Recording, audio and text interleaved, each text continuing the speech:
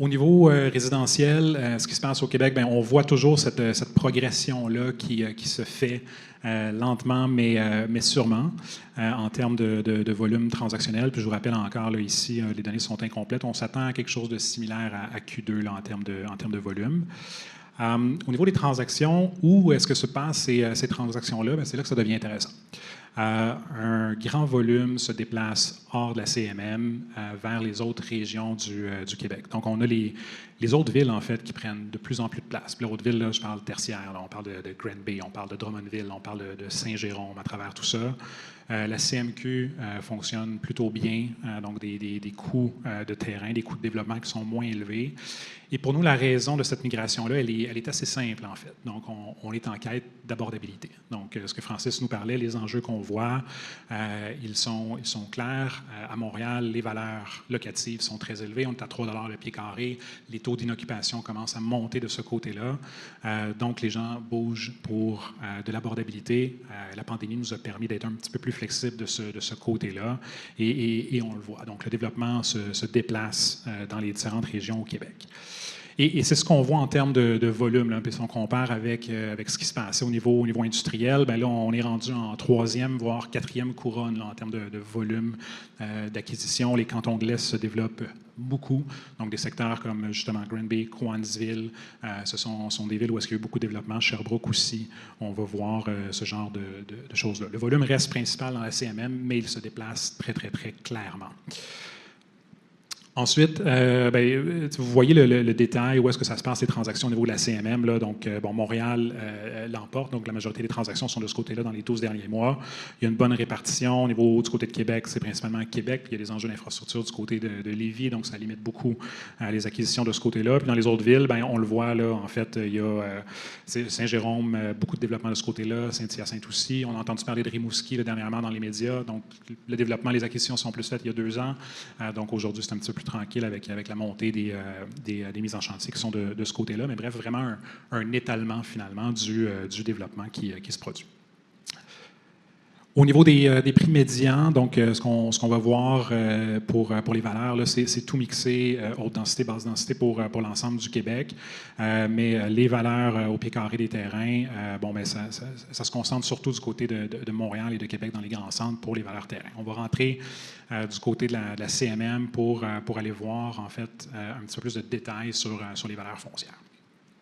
Donc, en termes de volume dans la CMM, ce qu'on voit, c'est bonne croissance du côté de Montréal qui se continue. Donc, ça revient quand même de ce côté-là. Forte croissance au niveau de Laval depuis la mise en place de leur nouveau CDU, qui est très, très, très bien fait d'ailleurs. Donc, très clair, qui facilite les acquisitions et donc, ça se répercute sur le marché. Au niveau de la Rive-Sud, ça a toujours été très, très fort aussi. Donc ça continue de ce côté-là. Puis on sent un bon engouement du marché à développer la Rive-Sud. Il y a encore certaines restrictions qui se passent au niveau Brossard, mais bon engouement. Du côté de la Rive-Nord, aussi bon développement, ça se déplace là, même jusqu'à Saint-Jérôme, là, énormément de transactions, beaucoup de volume de ce côté-là qui se produit.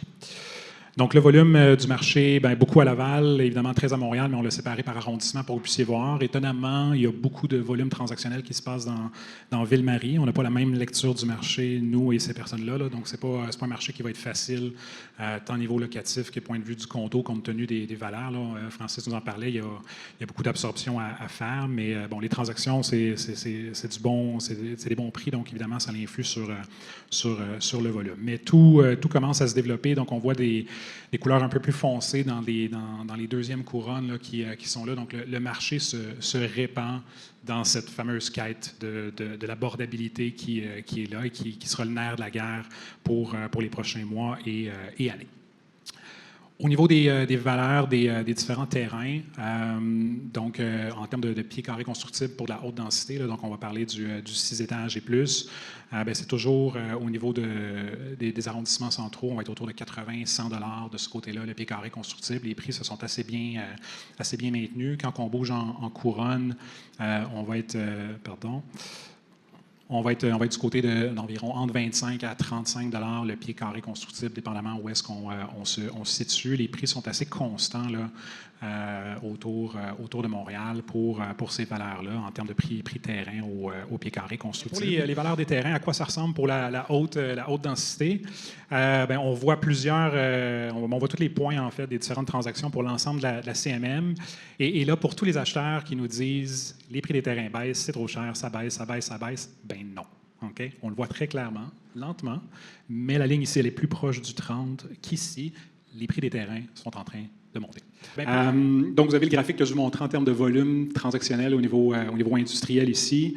Quand on regarde à l'échelle du Québec et qu'on regarde le volume transactionnel, où est-ce qu'il se passe dans l'industriel, on n'est pas surpris. Ça se passe autour de la région de Montréal, dans la CMM, un petit peu autour de Québec. C'est normal, les entreprises veulent s'installer à proximité des infrastructures, proche de l'Ontario, proche des États-Unis. Il n'y a pas de surprise de ce côté-là. En termes de valeur foncière, évidemment, ça suit. Okay? Donc, on parle des prix médians au pied carré de terrain dans le résidentiel. Donc, les prix très élevés dans la CMM, un peu plus large. On a eu certaines transactions qui ont eu lieu, là, Bécancour, Trois-Rivières. Mais du côté de la CMM, les valeurs, elles sont importantes. Donc, on va parler de valeurs de terrain qui vont osciller entre 25 et 35 $ dans la périphérie. Là. Donc, si on va sur la rive nord, on va être dans ces valeurs-là. Idem sur la rive sud, un petit peu plus élevé, autour de 60 $ là, proche de l'aéroport. Entre autres, on a une transaction là, très élevée quand le groupe Dynamite a vendu à Dollarama leur terrain, là, il y a à peu près 2 ans et demi, à 168 $ le pied carré terrain. Donc belle transaction. Mais clairement, ce n'est pas les valeurs qu'on voit habituellement, qui sont plus autour de 50 à 60 $ à Montréal.